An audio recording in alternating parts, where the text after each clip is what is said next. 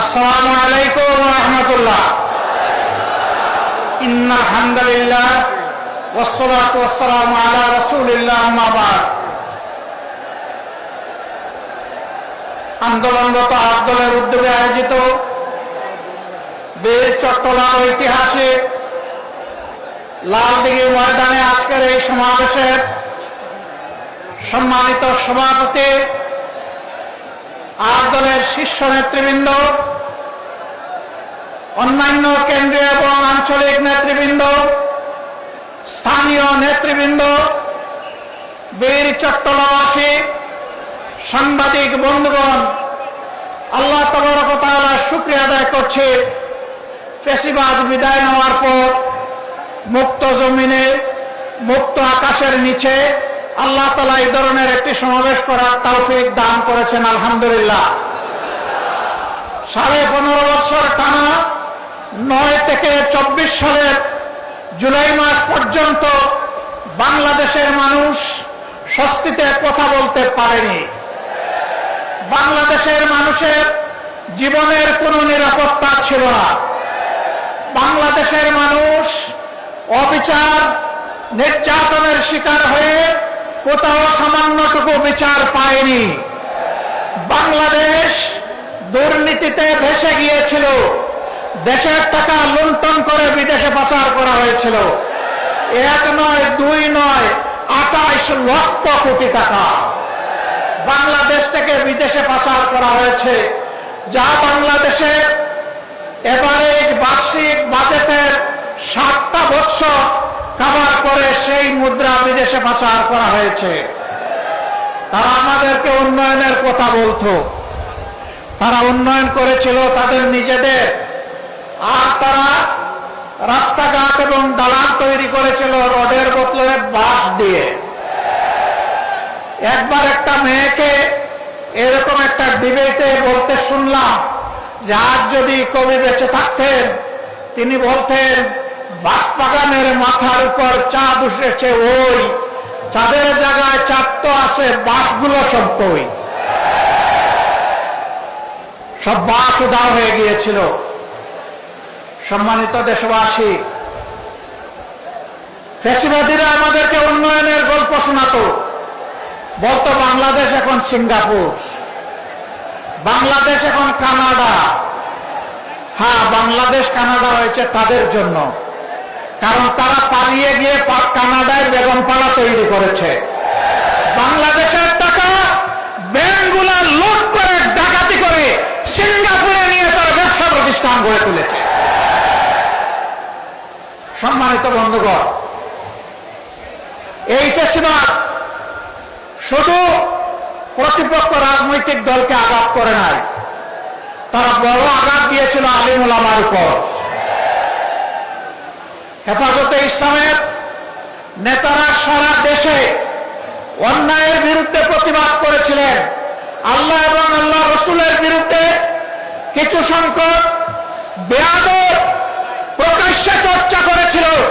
তাদের জবাব দেওয়ার জন্য শান্তিপূর্ণভাবে রাজধানীতে তারা একত্রিত হয়েছিলেন। 13 সালের 5 মে সেখানে বর্বর হামলা চালিয়ে রাতের অন্ধকারে অসংখ্য মানুষকে খুন করা হয়েছিল। এতগুলো আলেম ওলামা, হুফাজে কেরাম, আইতাম, তাদেরকে হত্যা করার পর, খুন করার পর কুখ্যাত প্রধানমন্ত্রী বলেছিলেন কেউ মারা যায়নি, ওখানে লাল রঙের যে তরল পদার্থ দেখেছেন এটা মোল্লা মৌলবীরা কিছু রং ছিটিয়ে রেখেছিল। লজ্জা!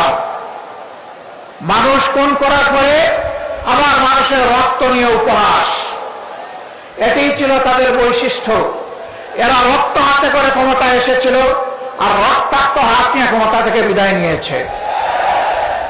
তারা ক্ষমতায় এসেছিল 9 সালে ফেব্রুয়ারি মাসের 25 এবং 26 তারিখ ঢাকার পিলখানায় তৎকালীন প্যারামিলিটারি বিডিআরের হেডকোয়ার্টারে 2 দিনে 57 জন প্রতিশ্রুতিশীল, দেশপ্রেমিক, চৌকস সামরিক অফিসারকে তারা হত্যা করার মাধ্যমে তাদের হত্যার অভিযান শুরু করেছিল।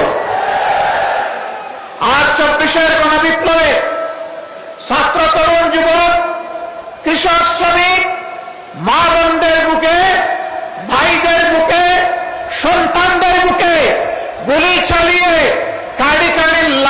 ফেলে দিয়ে যখন সামাল দিতে পারে নাই, তখন যারা বলেছিল অমুকের কন্যা দেশ ছেড়ে পালায় না, তারাই তখন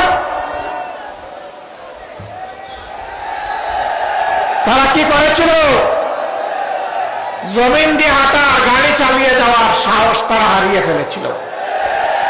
আমাদের দুঃখ লাগে, আমাদের গর্বিত সেনাবাহিনীকেও এই খুনের কাজে তারা ব্যবহার করার চেষ্টা করেছে।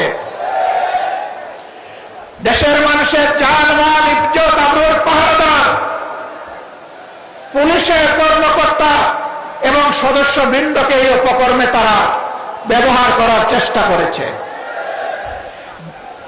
বিজিবিকে তারা এই উপকর্মে কাজে লাগানোর চেষ্টা করেছে। রাষ্ট্রের একটা প্রতিষ্ঠানকেও তারা ঠিক মতো দাঁড়াতে দেয়নি। বিচার বিভাগ ধ্বংস করেছে, নির্বাচন কমিশন ধ্বংস করেছে, দুর্নীতি দমন কমিশনকে বগলের নিচে নিয়েছে, মানবাধিকার কমিশনকে তাদের পকেটে ঢুকিয়ে ফেলেছে। এইভাবে দেশের সব কিছু তারা ধ্বংস করেছিল। ফ্যাসিবাদীরা বিদায় নিয়েছে, ফ্যাসিবাদ এখনো বিদায় নেয় নাই।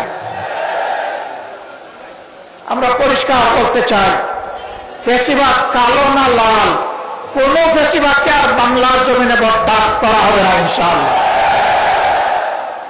কেউ যদি ফ্যাসিবাদের ভাষায় আবার কথা বলেন, কেউ যদি আবার ফ্যাসিবাদীদের মতো আচরণ করেন, তারা কোন পথ খুঁজে পাবেন আমরা জানি না, কিন্তু আমরা তাদেরকে পরিষ্কারভাবে বলে দিতে চাই, বাংলার জমিনে এই দেশের আপামর ছাত্র, তরুণ, মেহনতি জনতার ফ্যাসিবাদকে বরদাস্ত করবে না। আমরা অতীতে রুখে দিয়েছিলাম আল্লাহর উপর ভরসা করে, ভবিষ্যতেও কেউ মাথা তুললে তাও রুখে দেওয়া হবে ইনশাআল্লাহ, কাউকে ছাড় দেওয়া হবে না। সম্মানিত বন্ধুগণ, আজান হয়ে যাচ্ছে, আমরা কথা বলবো না। আমরা কোন বিশেষ দলের বিজয় চাচ্ছি না, আর দলেরও বিজয় চাচ্ছি না। আমরা বাংলাদেশের 18 কোটি মানুষের আকাঙ্ক্ষার বিজয় চাই, আর সেই আকাঙ্ক্ষার বিজয় হবে কোরআনী আইনের মাধ্যমে ইনশাআল্লাহ। এর বাইরে গিয়ে এটা প্রমাণিত হয়ে গেছে, কোনো কিছু দিয়ে এর বাংলাদেশকে এগিয়ে নেওয়া সম্ভব নয়, সুশাসন প্রতিষ্ঠা করা সম্ভব নয়। আমরা আপনাদেরকে আহ্বান জানাবো, বিজয়ের এই হুইসেলটা, বিজয়ের এই বাঁশিটা ইসলামের প্রবেশদ্বার, ইসলামাবাদ খ্যাত এই চট্টগ্রাম থেকে আপনারা বাজাবেন ইনশাআল্লাহ। আপনারা বাজাবেন সেই বাঁশি, এই বিজয়ের বাঁশি এখান থেকে শুরু হবে, আর চেরাপুঞ্জির পাহাড়ে গিয়ে ওর ধাক্কা লাগবে ইনশাআল্লাহ। সারা বাংলাদেশ ইনশাআল্লাহ কোরআনের আলোকে আবাদ হবে। আগামীর বাংলাদেশ কোরআনের বাংলাদেশ। আল্লাহর নবী মুহাম্মদুর রাসূলুল্লাহ সাল্লাল্লাহু আলাইহি ওয়াসাল্লাম আর তার হাতে গড়া সোনার মানুষ সাহাবায়ে কেরাম রিদওয়ানুল্লাহি তাআলা আলাইহিম আজমাইনের পথ ছেড়ে দুনিয়ায় কখনো শান্তি আসে নাই, দুনিয়ায় কখনো শান্তি আসবে না।